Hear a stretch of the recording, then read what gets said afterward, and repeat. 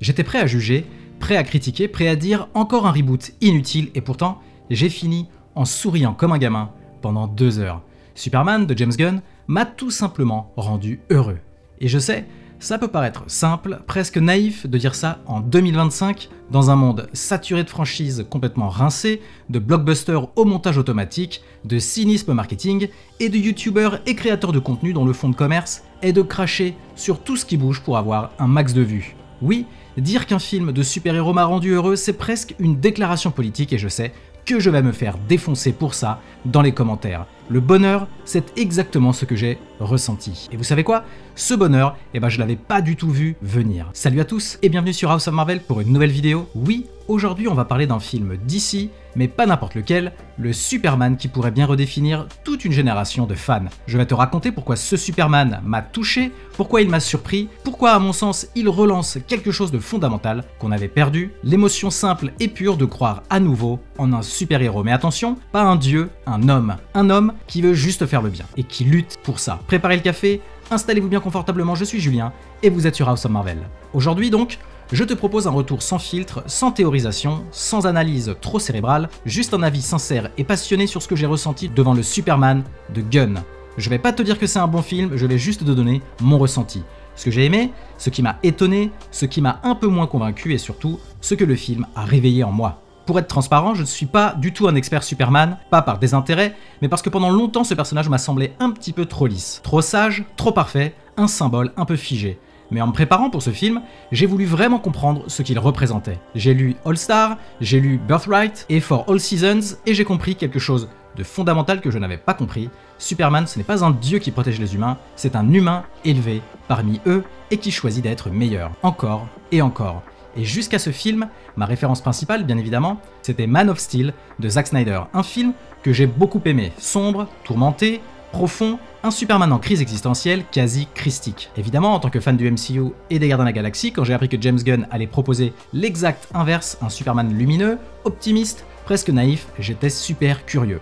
Mais ma question avec tout ça, est-ce qu'on n'avait pas vraiment oublié ce que c'est qu'un vrai film de super-héros? Pas un film qui questionne, pas un film qui déconstruit un mythe, mais un film qui reconstruit l'espoir, un film qui n'est pas un combat contre le bien et le mal, pas une parabole messianique. C'est même pas une épopée de pouvoir, c'est simplement l'histoire d'un gars bien.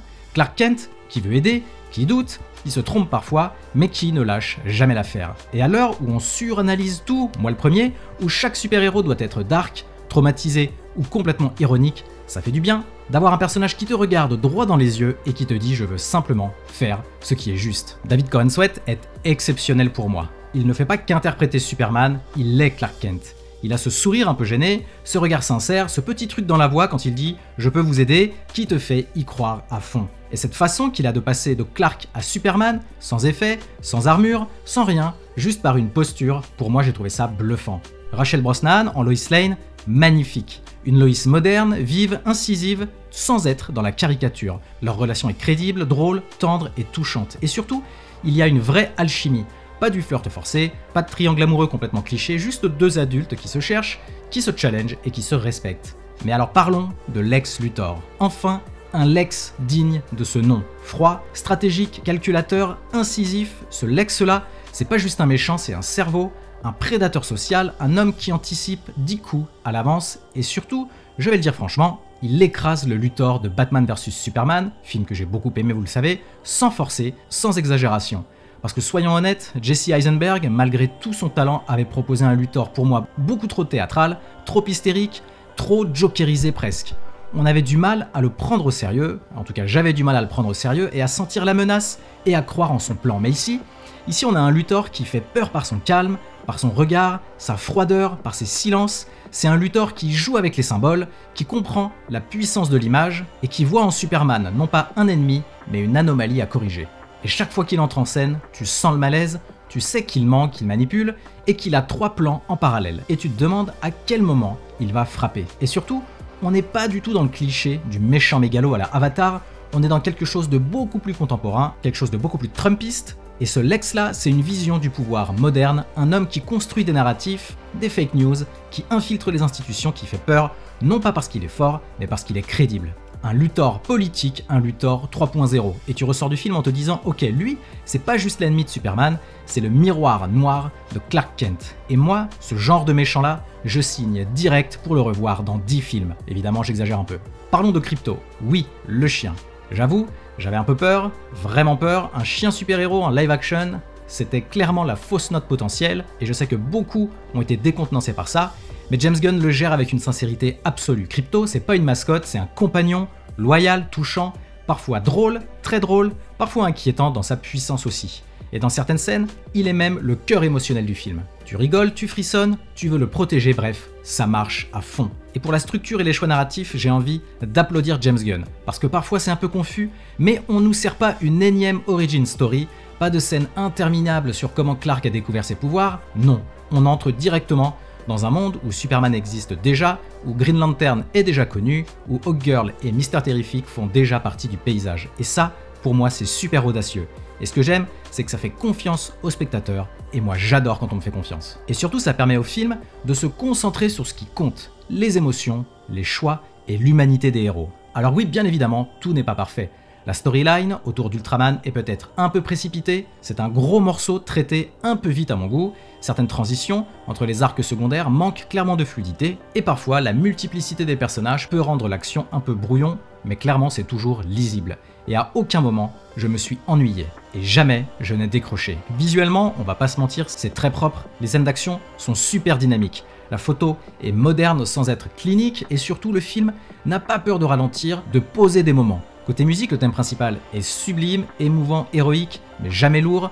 Et je dois avouer, le reste de la BO est un peu plus générique. Rien de honteux, mais j'aurais aimé un peu plus de personnalité, surtout avec ce qu'on a eu dans les Gardiens de la Galaxie. Mais ce qui m'a plus marqué, ce n'est pas une scène d'action, c'est pas un twist, c'est le message du film. Pas un message balancé comme une punchline marketing, un message vécu, transpiré par chaque choix, chaque regard, chaque moment de doute que traverse Clark Kent. Le moment où il comprend qu'il n'a pas besoin d'être parfait, pas besoin d'être le plus fort, le plus rapide ou le plus brillant, qu'il n'a pas besoin d'être un dieu, un mythe, une légende inatteignable, mais qu'il a juste besoin d'être présent, d'être humain, d'être là dans le monde avec les autres, c'est sublime. Il comprend qu'il n'est pas là pour sauver les humains d'en haut, en les regardant comme des fourmis, mais pour vivre avec eux, pour marcher à leur côté, pour leur rappeler par exemple qu'ils peuvent être meilleurs, que l'espoir ça se choisit tous les jours, et c'est ça la force de ce Superman. Ce n'est pas une figure divine, c'est pas un messie dans une cape rouge, c'est pas une icône froide accrochée à un drapeau. C'est un modèle avec des pouvoirs anormaux, oui, mais qui choisit de les utiliser normalement pour faire le bien. Même quand personne ne regarde,